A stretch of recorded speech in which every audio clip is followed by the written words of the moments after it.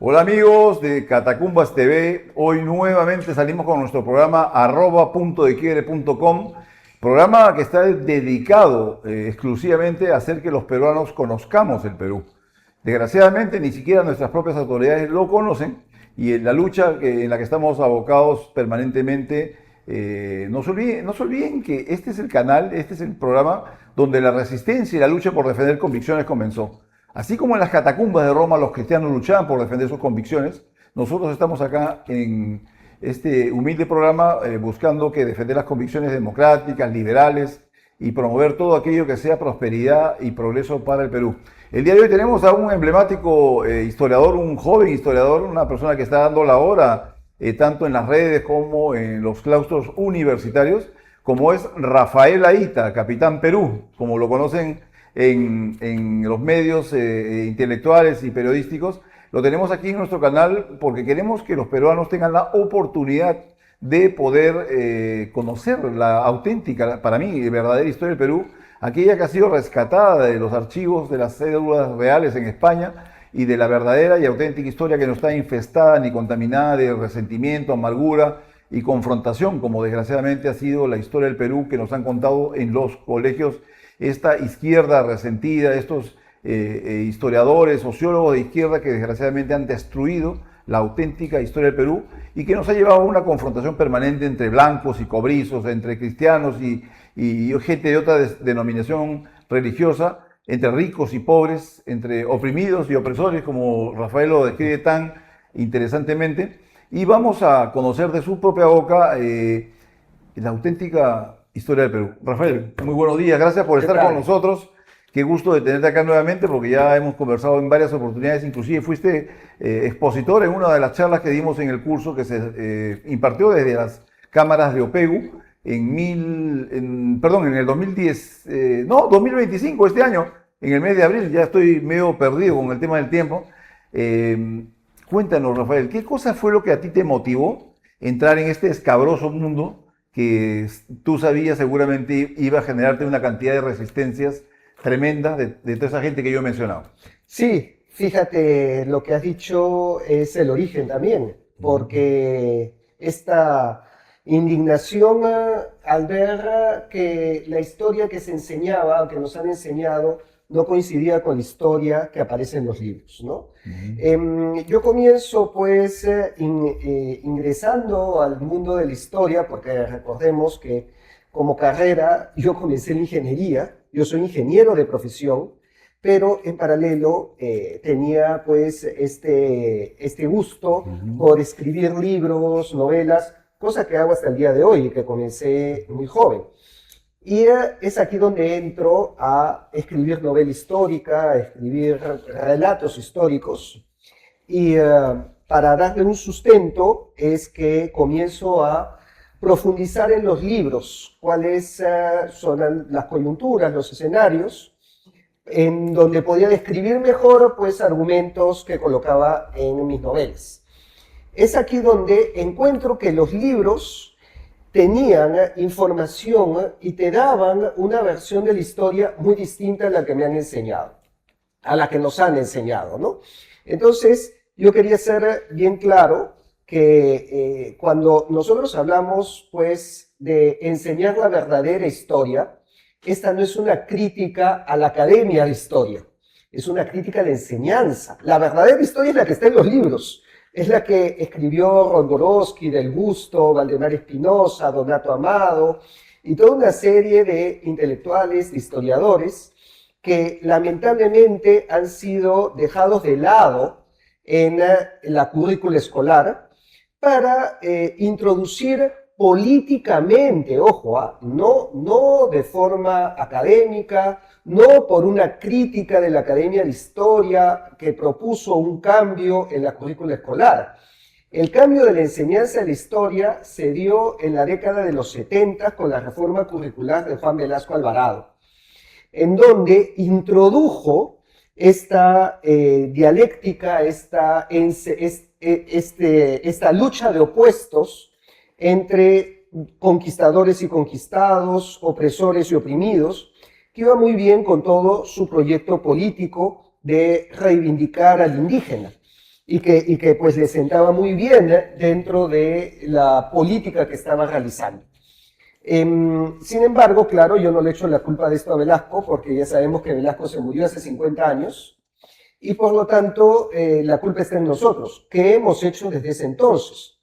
Todos los gobiernos desde esa época, ya sea de centro, de derecha, de izquierda, de arriba o de abajo, no les ha interesado para nada la educación, han dejado la currícula tal como estaba, se nos seguían enseñando estas falacias de que vinieron los españoles a dominarnos, a destruirnos, a robar, a saquear, y que los peruanos más bien quedamos como tontitos porque nos dejamos conquistar en media hora con la captura de Atahualpa, cosa que la misma María Rodborowski ya criticaba y decía, esa forma de enseñar la historia, la conquista, el fin del incanato nos acompleja, nos genera una herida, más aún siendo una versión falsa, ¿no? Porque incluso en números es imposible que hubiera pasado así. Pero aún así se ha mantenido, se mantiene, se sigue enseñando hasta, bueno, hasta el gobierno de Ollanta Humala, que es una reforma curricular, donde el curso de historia, de educación cívica, de historia universal, de geografía, fueron reemplazados por persona social, por ciencias sociales, y por lo tanto se le dedica mucho menos tiempo del que se dedicaba a nosotros. Sabe Dios que estarán enseñando ahí, y tenemos como resultados que los peruanos no sabemos nuestra propia historia, no entendemos nuestras raíces, de dónde venimos, cómo surgió la unidad del Perú, cómo surgió el Perú, y por lo tanto tenemos pues una historia en donde nos convencemos de que hemos sido esclavizados por 300 años y que todos los problemas del Perú actual vienen de la conquista, que ha mantenido unas estructuras coloniales hasta el día de hoy, y solamente podemos alcanzar un desarrollo rompiendo a través de la revolución, a través de la violencia, esas estructuras coloniales que vinieron con la conquista.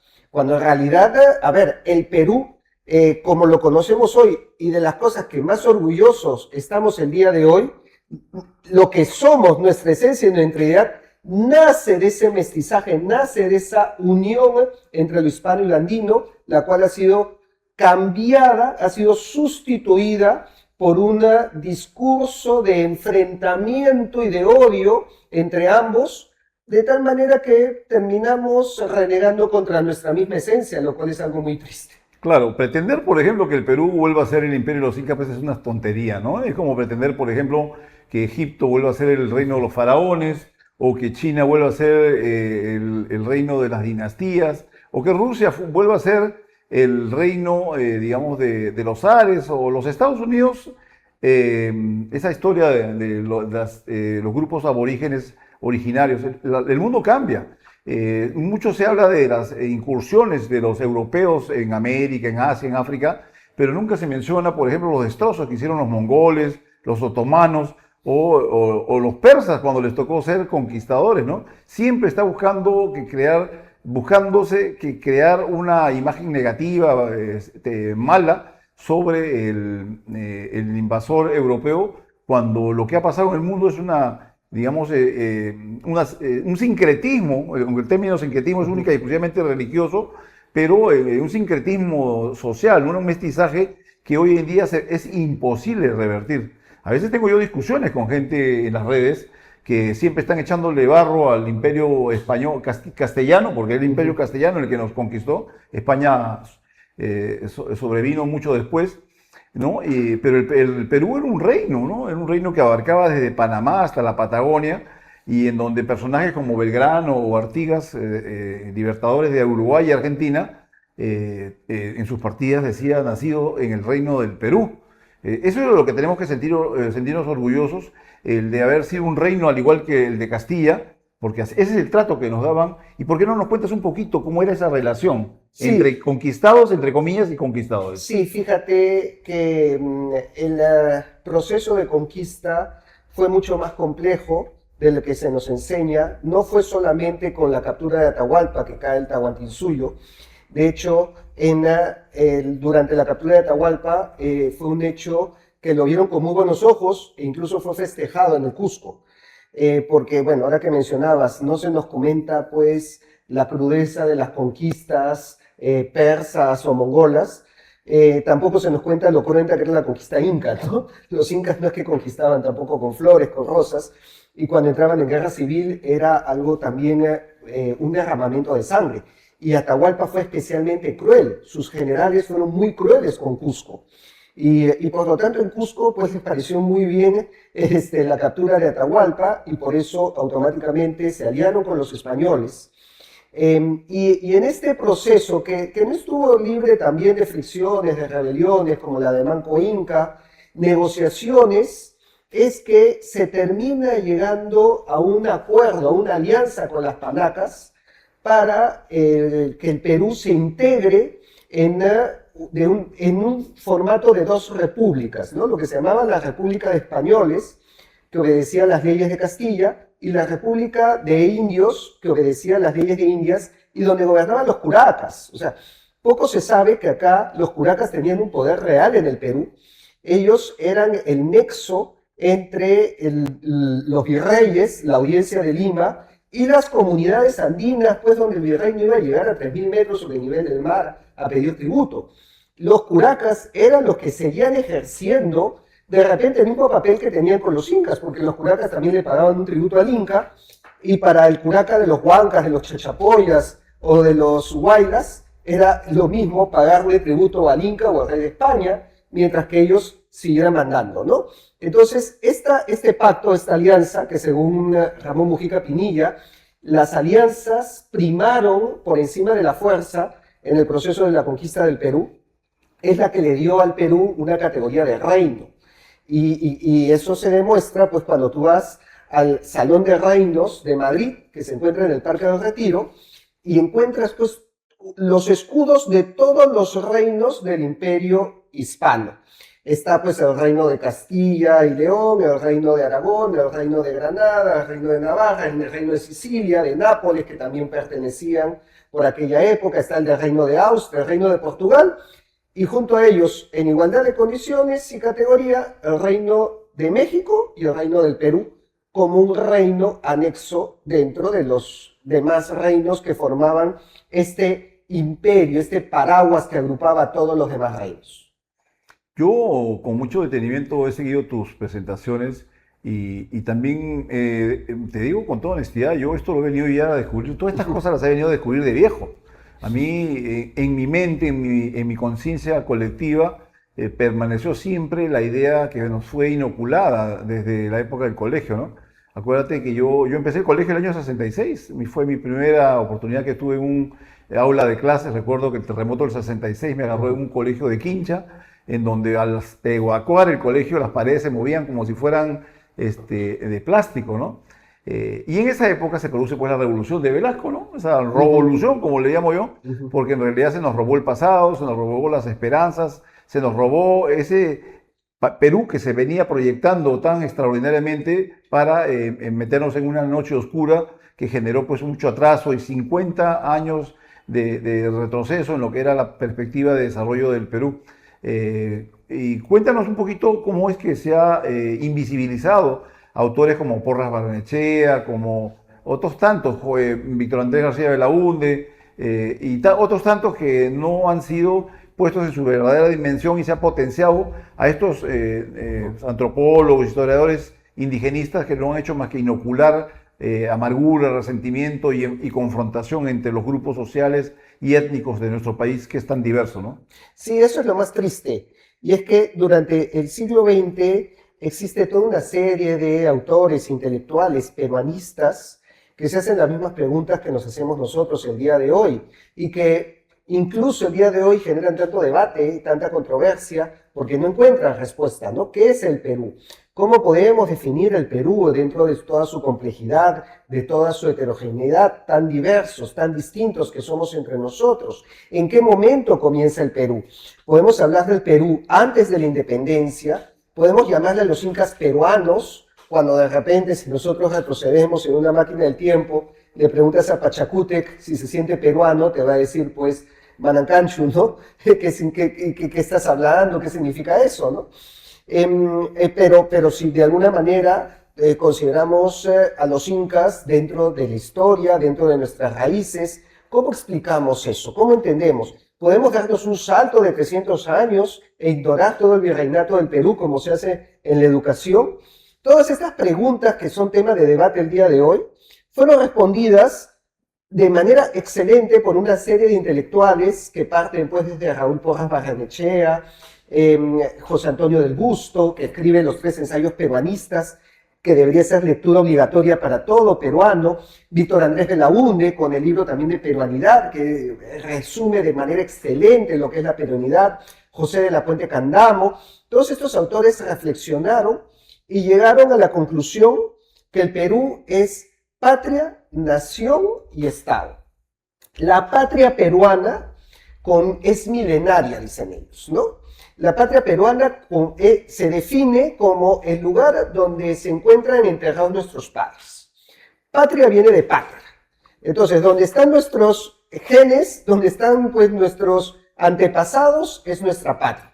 Y por lo tanto, podemos hablar del Perú como patria desde Caral, incluso desde antes de Caral, ¿no? Lauricocha, Toquepala, y tal vez desde que el primer ser humano pisó estas tierras, ya podemos decirle que es parte de nuestra patria, ¿no? Entonces, todas estas culturas, ¿no? Caral, Chavín, Nazca, Mochica, Huari, Tiahuanaco, Incas, y entre otras más, que coincidimos dentro de este territorio que llamamos Perú, lo podemos llamar como patria.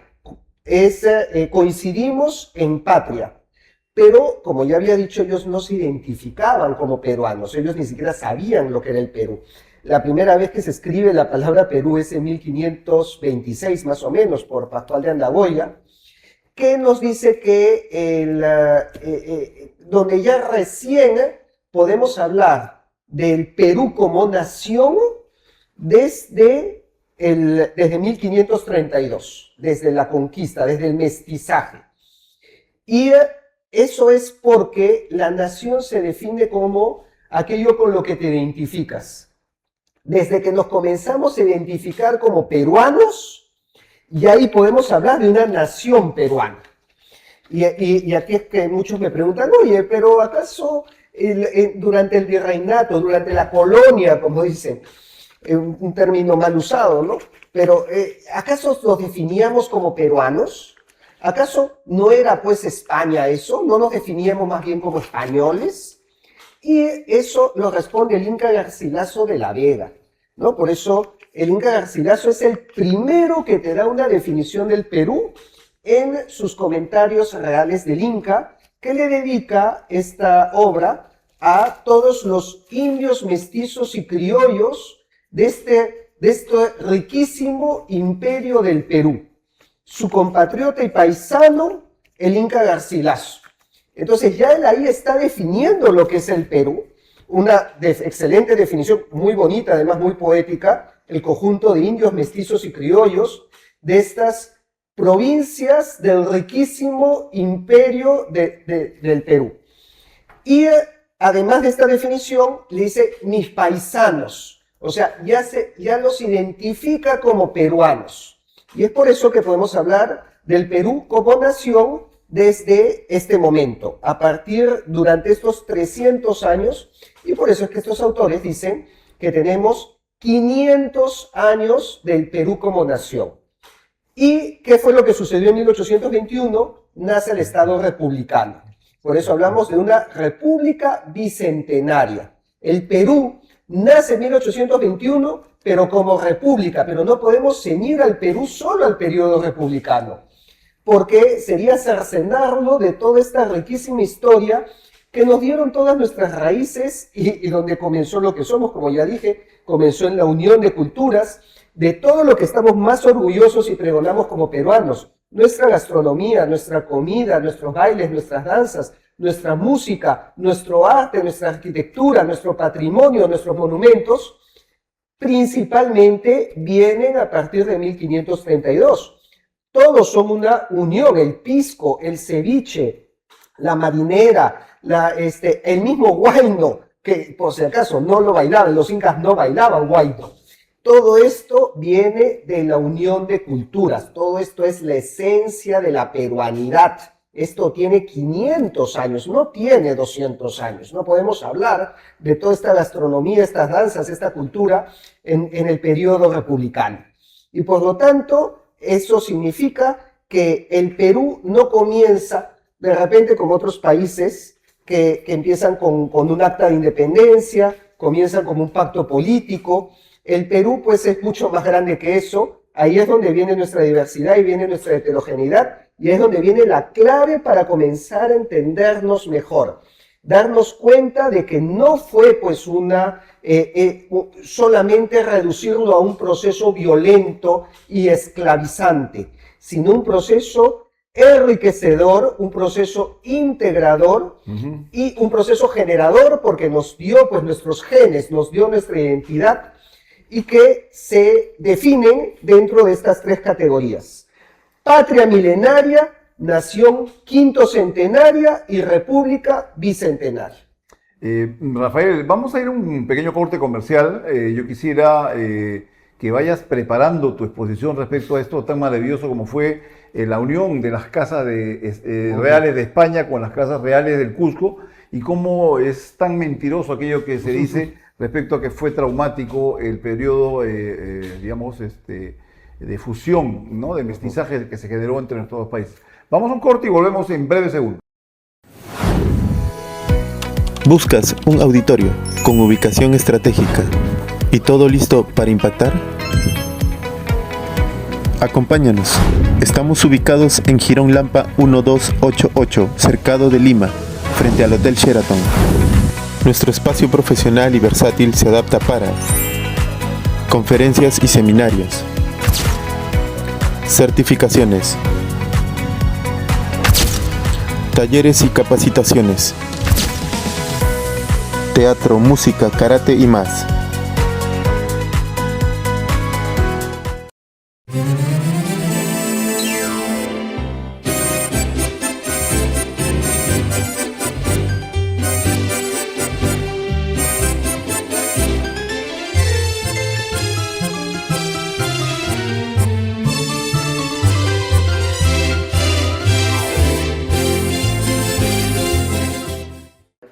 Bueno, volvemos con nuestro programa @puntodequiebre.com y le hemos puesto ese nombre al programa porque creemos que este 2026 va a ser un punto de quiebre para la historia del Perú, porque dependiendo de lo bien o mal que votemos, va a depender que en nuestro país salga esta vorágine de violencia y de confrontación en la que se encuentra, para pasar a una etapa de prosperidad que nos merecemos. Nos merecemos no perder esta gran oportunidad que nos da la historia, como con el puerto de Chancay, la minería y muchas cosas más, la agricultura, la agroexportación, que desgraciadamente, si nos pasa lo mismo que nos pasó en la época del caucho, del salitre, volveremos a ver pasar el tren de la historia y nos quedaremos mirando solamente el polvo que deja al pasar. Rafael, quería preguntarte, y este es un tema muy interesante que mucha gente desconoce, sobre cómo fue que se produjo esa unión entre las casas reales españolas o castellanas con las casas reales del Cusco, que fue un proceso muy ordenado, muy pacífico, y en donde los grandes representantes de la realeza incas se encontraban participando en todos los eventos que se hicieron en la madre patria, cuando hubo que definir el destino de todos los reinos que conformaban este reino de Castilla, ¿no? Sí. Cuéntanos. Lamentablemente, la historia del virreinato y de los reinos del Perú se ha reducido a un discurso violento, de imposición y de subyugación tanto del pueblo como de la nobleza, que en el peor de los casos fue desaparecida, según este relato, en el mejor de los casos pues fue subyugada y esclavizada. Pero este relato se derrumba cuando nosotros vemos evidencias históricas de curacas e incas nobles durante los 300 años de virreinato, que se colocaban en sus cuadros, ¿no?, vestidos como nobles, mostrando gran poder, mostrando todos sus títulos, sus escudos, su nobleza, incluso se menciona que tenían pues ejércitos, lanzas se les dice, ¿no?, lanzas a su mano, porque ellos eran los que mantenían el control. Ellos peleaban a favor de la corona. Ya vemos pues, por ejemplo, el caso de la rebelión de Tupac Amaru, que no fue derrotado por españoles, fue derrotado por otros curacas que defendían la corona, como Diego Choquehuanca, como Pedro Saguaraura, como el mismo Mateo Pumacahua, el más importante de ellos, el más conocido, que fueron los que terminaron derrotando la rebelión de José Gabriel Túpac Amaru, ¿no? Entonces, esto es impensable dentro de la narrativa actual, pero que se explica cuando nos damos cuenta que sí existió esta alianza hispano-inca, este pacto en donde a los curacas y a la nobleza se le preservaba su poder a cambio de servir como un nexo, como un puente con la administración de la Audiencia de Lima, de los virreyes, pero que ellos eran los que mantenían pues el orden y el sistema en los Andes. Y dentro de este pacto pues se consolida con los matrimonios, una práctica que era común tanto a Europa como a los incas, ¿no? Que las alianzas involucraban matrimonios. El más conocido de estos matrimonios fue precisamente con la hija de Sayri Túpac, nieta de Manco Inca. O sea, España reconoce que la corona inca se mantiene durante los incas de Vilcabamba, y por eso los reconoce como legítimos reyes. Poco se habla que Felipe II le escribe una carta a Manco Inca reconociendo la legitimidad de su rebelión y hablándole como a otro rey, ¿no? Entonces, la hija de Sayri Túpac, que era nieta de Manco Inca, era la sucesora, era la que heredaba la Mascaipacha, la corona del Inca.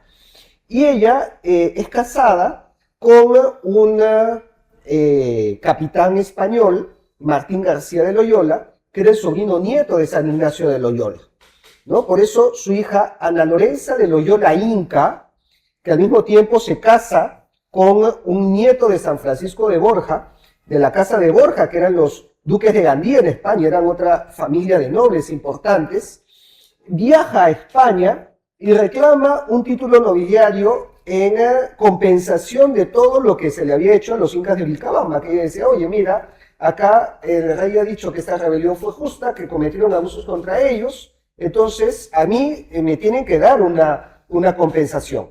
Y la corona crea el marquesado de Oropesa, y Ana Lorenza de Loyola Inca se convierte en la primera marquesa de Oropesa. Recordemos que este es el mismo marquesado que reclamaría después José Gabriel Túpac Amaru, y es una de las razones por las que inicia su rebelión, la razón tal vez menos comentada, pero que fue importante para él porque le valió el viaje a Lima para hacer un reclamo en la audiencia de Lima a favor suyo, ya que la audiencia de Cusco se lo había negado. El marquesado de Oropesa era importante porque era el que designaba al descendiente inca, ¿no? O sea, el que heredaba es la Mascaipacha, la línea sucesoria era identificada con el marqués de Oropesa. Y claro, los marqueses de Oropesa, pues en España fueron nobles, fueron importantes, ¿no? Ahí tenemos a Juan Enríquez de Borja Loyola Inca, el cual era, además de marqués de Oropesa, señor de Loyola, con grandeza de España, en primera clase, toda una serie de títulos nobiliarios que los llevó a tener su descendencia en España. No fueron los únicos incas que vivieron como nobles en España. Tenemos, por ejemplo, a Melchor Carlos Inca, que era el nieto de Pauyu y por lo tanto bisnieto de Huayna Cápac, que viaja a España para también pedir un título nobiliario, y no se le da el título, pero se le da el ingresar a la Orden de Santiago, que era la orden militar más importante en España. Tenemos también a Juan Bustamante Inca, descendiente inca, que en España integra la corte del rey Fernando VI, en la corte se le conocía como el Inca. Tenemos a Dionisio Inca Yupanqui, también descendiente inca de la casa de Huayna Cápac, que viaja a España y defiende militarmente España de los ingleses en Gibraltar y de los franceses, comandando un regimiento de dragones. O sea, no era tampoco pues el pobrecito indiecito oprimido, sojuzgado y víctima de los malditos españoles, porque en España era pues un comandante dentro del ejército. También había participado en la Marina en Gibraltar, y esto lo lleva a integrar las Cortes de Cádiz, donde se realiza la primera Constitución española, cosa que se pierde durante la República. Durante la República, toda la nobleza indígena que fue abolida por Simón Bolívar no tiene ninguna participación y representación en el Congreso. Bueno, por lo menos pues hasta el siglo XX, durante los primeros 100 años de República, fueron borrados de la historia republicana, de la política republicana, no tenían ningún tipo de representación, que sí lo tenían con España. Entonces, en España pues integraban las Cortes de Cádiz, integraban regimientos dentro del ejército, comandaban tropas, cosa que no se les daba dentro de la República del Perú. ¿Quiénes son los racistas acá? ¿Quiénes son los que estaban discriminando, no? Yo quisiera, la verdad que yo me siento bastante obnubilado por la exposición que tú haces, porque es impresionante llegar a una edad como la mía, 65 años, y descubrir una cantidad de verdades que desgraciadamente nos fueron ocultadas para poner por delante cosas absolutamente falsas y que no han hecho más que enfrentar a los peruanos entre sí. También quiero mencionar que de una u otra manera yo me he sentido muy digamos, sobresaltado al ver cómo esta gente, yo he tenido la oportunidad de participar en algunos debates, inclusive en la Plaza San Martín, donde se discuten muchas veces estos temas de política y de historia, y los que quieren manipular y maltratar la historia para bien de sus propias causas, siempre usan el tema del resentimiento entre razas, ¿no?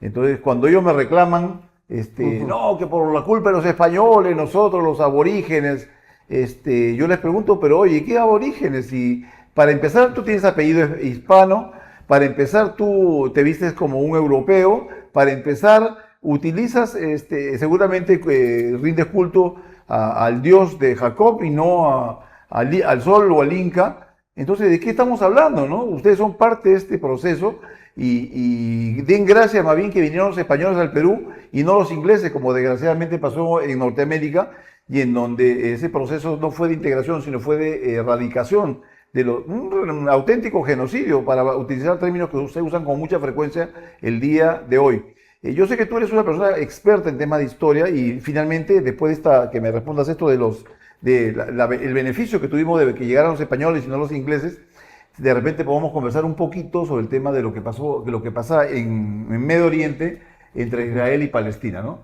¿Qué me podrías decir al respecto, Rafael? Bueno, ahí lo que tengo que opinar es que cuando se habla pues de que los males del Perú actual se remontan a la época de la conquista y a las estructuras coloniales que trajeron el racismo, la discriminación y las brechas sociales que nos llegan hasta el día de hoy, se está ignorando toda una serie de datos y de evidencia que nos muestra que los reinos del Perú y la época virreinal no solamente fue mucho más integradora e inclusiva de lo que parece, sino que es más inclusiva que la República actual. Y lo vamos a ver con datos puros y duros. Ahí tenemos, por ejemplo, el idioma quechua, ¿no? Se dice, pues, que los españoles vinieron a borrar el quechua, cuando en realidad en 1821 el 80% del Perú hablaba quechua. El quechua se pierde en la República, no se pierde durante el virreinato, no se pierde durante la época virreinal, en donde más bien se escribieron los primeros diccionarios en quechua que preservaron el idioma. La Universidad de San Marcos, que se dice tan inclusiva el día de hoy, durante la época de los malditos españoles discriminadores, exigían hablar quechua para obtener un título de San Marcos. El día de hoy no. Entonces, acá nos damos cuenta que más bien fue durante la República que comienza a hacer esta segregación. Y acá vemos qué sucedió, qué pasó, por qué hay este quiebre republicano. Y justamente ahí vamos a ver lo otro que había mencionado. Este racismo que nosotros vemos, en donde la cuestión racial es un eje para la discriminación, no era propio de España, era propio de Inglaterra. En Inglaterra sí llevó una política de limpieza racial de Norteamérica. Ojo, Nosotros decimos sí contra los indígenas de América del Norte, pues estos apaches, comanches, que eran unas tribus bárbaras y salvajes. Y esto es parte de también una leyenda negra para que veamos qué tan enraizado tenemos esta versión equivocada de la historia.